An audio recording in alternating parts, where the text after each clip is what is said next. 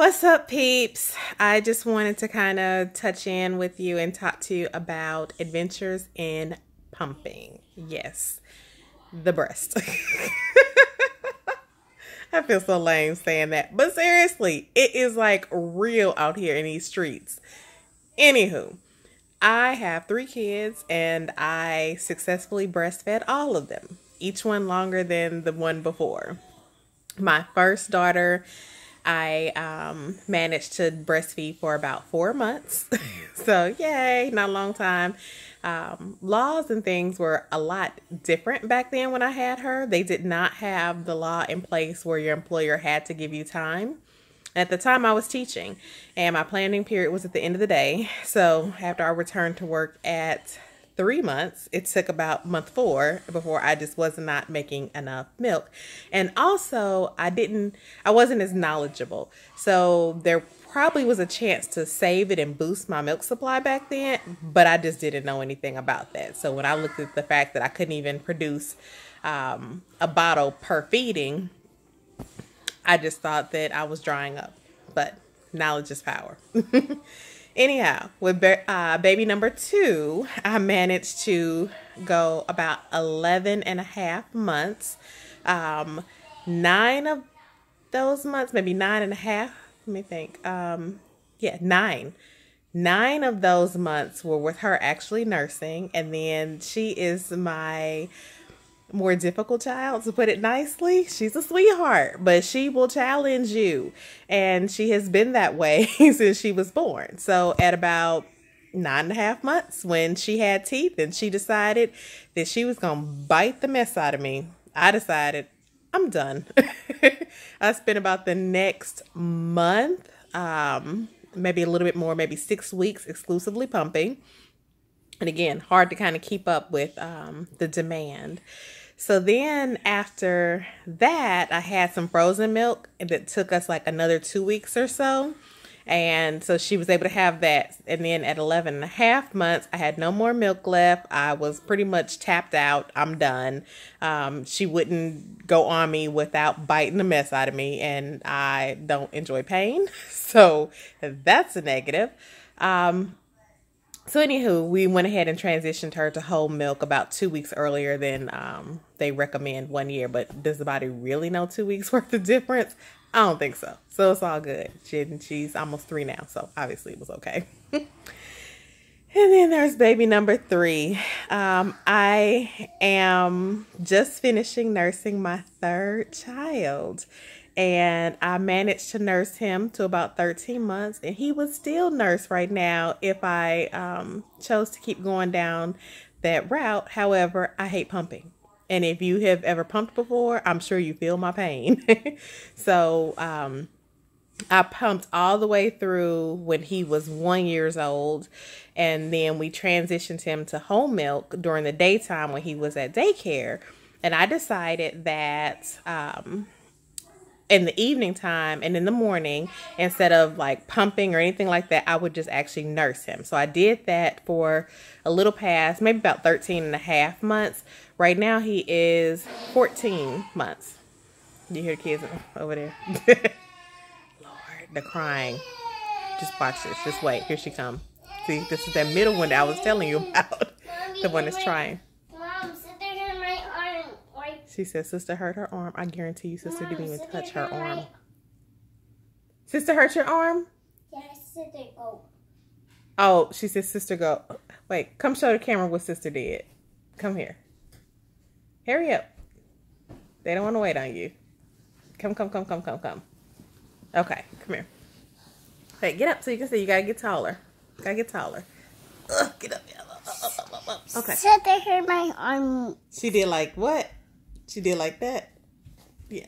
Hey, you get out of here. I'm filming a video. Go. Go. Okay, yeah, get out. Okay, 1 second while I get rid of my kids. So, yes, that was the middle one I was telling about. The one I said, well, try you. She will say that somebody has touched her and nobody has touched her. She will fall and you ask her, okay, what hurts? She'll say, my arm. You say, okay, bring it here. Let me kiss your arm. And she'll be like, no, it's my leg. I said, okay, come here. Let me kiss your leg. And then she told me today, she was like, it's my butt. I said, I'm not kissing your butt. But she tried you. I think she tried to sneak that one in there on purpose. Anywho, back to what I was talking about. So, third child, managed to successfully nurse him to 13 months, pumped all the way, 13 and a half months, pumped all the way up until he was a year. So, needless to say, I have a little bit of experience with pumping. And then because I work, I've had to pump in my work situation. At my job, I've had to travel for my job. I've gone to conferences. I just have so many different experiences with pumping. And so I wanted to take a minute and kind of talk about some of the things that are most memorable that stand out. So at the top of my list, I'm going to say the best one for last. But at the top of my list in terms of what I'm going to tell you about first. So I went to this conference one time for professionals in my field. And it's a very large conference. It's the biggest one in my particular industry. Thousands of people. You would think that they would have some type of accommodations for a woman who is breastfeeding. Nope. So it was at the MGM Hotel in Las Vegas. And so in between sessions, I would go underneath the stairwell and I had positioned a chair there. And I would pump under the stairwell.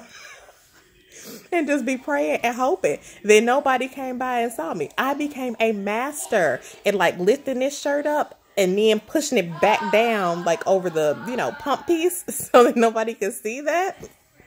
Yeah, that was interesting. Let's see. And then I went to Cancun for my birthday one year when the middle child was like maybe 6 or 7 months at that time period. And, so this is twofold. So I'll be completely honest with you. It was my birthday. I partied.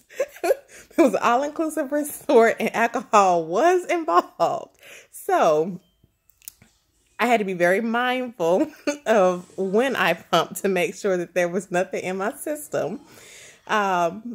But I pumped and I ended up with, if I remember correctly, like 100 ounces or something like that of milk that I needed to bring back.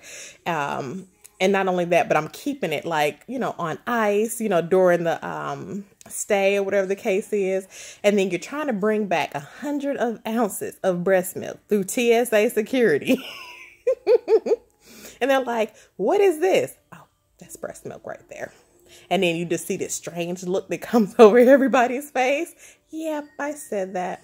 And then they have the nerve, like they want to, test it. They have this little wand thing that they wave over it. Like the magical breast milk wand, like sensor thingy majiggy. I have no clue what it is or what it's supposed to do. But yeah, they do that. Let's see. I've gone, like the conference I went to in Vegas. There, I actually had a freezer in my hotel room. So I came back with most of it frozen because I would get out of the conference each day and freeze it. So the only part that wasn't frozen was what I had pumped fresh that day. I checked out and come onto the airport. Didn't have time to freeze, obviously. So that part was fresh. So then that actually sparked the whole debate with TSA security on which breast milk had to be screened and which didn't. So then learn this. If the breast milk comes through frozen, it is considered a solid and they do not test it. But however, if it's not frozen, it gets the little magical wand thingy majiggy. But again, the debate that was going on between the two TSA agents about what they had to screen and what they didn't have to screen. Yeah. Hilarious. And then when they want to make you put your pump bag, on the like conveyor belt instead of like putting it in a tray, maybe where you can line it with something and you have to explain to them, oh no, you're not going to put this piece of equipment that has to go on this and eventually might touch like milk on that dirty conveyor belt. And then they get all offended and stuff, as if a million people don't come through all the time and they never ever clean it. Yeah, that happens. Let's see. What else? It was another one I just thought of with that too that just slipped my mind real quick. Something about the TSA. I'm sure it's gonna come back to me because again, I've got some stories. So, let me see. TSA, they're always a challenge. Breast milk going through. Don't remember. So anywho, maybe I'll save that for like another day. I'm gonna go ahead and move on to like the most funniest, uncomfortable one, maybe I should say. So I have had to pump on an airplane more than once. When you have a 5-hour flight, and especially when you're like in the beginning of pumping, and it's very important to like maintain that supply. You're on that 3-hour regimen like clockwork. So, and it's a 5-hour flight, but that doesn't even like factor in the time that you had to leave your home to get to the airport, the time that you're getting to the airport early, plus a 5-hour flight, plus the time once you get on the other side of the airport. So yeah, you're going to have some times when you may need to like pump on the airplane. It cannot wait. That has been me. So if it's not an empty flight, I will usually kind of say something to like the airline stewardess or the pilot. I've like literally mentioned it to the pilot before. We talked about my needing to pump on their plane. Yeah, we've done that.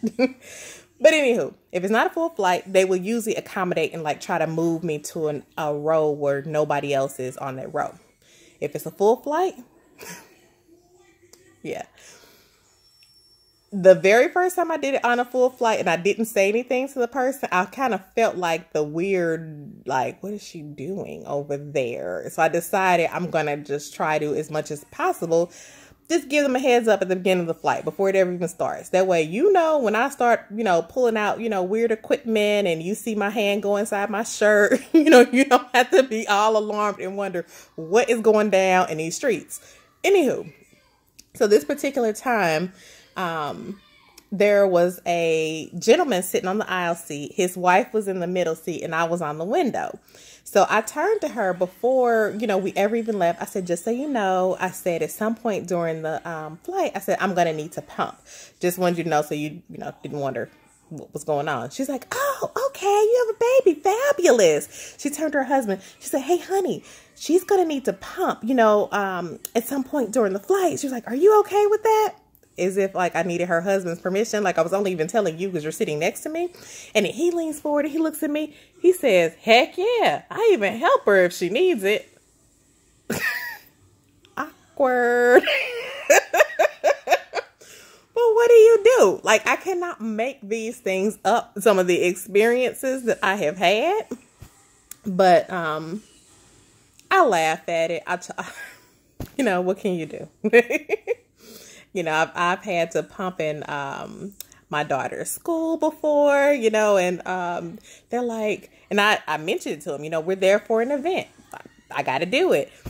And they're like, okay, you know, we can give you, you know, your own private, you know, room or whatever the case is. Love that. But then I also kind of love at the same time when they kind of follow up and they say, but you are more than welcome to do whatever you need to do, wherever you need to do it. That just makes me feel like so supported. When I had my first daughter, it wasn't that way. And I just love how far we have come in terms of acceptance of it. And it just made it so much easier. So with all of that said, how about you guys? Have any funny pumping stories out there? Are you hesitant to, you know, pump while you're out in public? Don't be. I've done it in the car also. I'm telling you. Anywhere and everywhere you can probably think of, I have probably done that. But yeah, so what are your stories? Drop it below in the comment. I love to continue this conversation. And don't forget to hit the subscribe button, ring the notification bell so that we can have more conversations about all things related to work, life, balance, motherhood, and all of that. Try to balance this thing called life. See you later.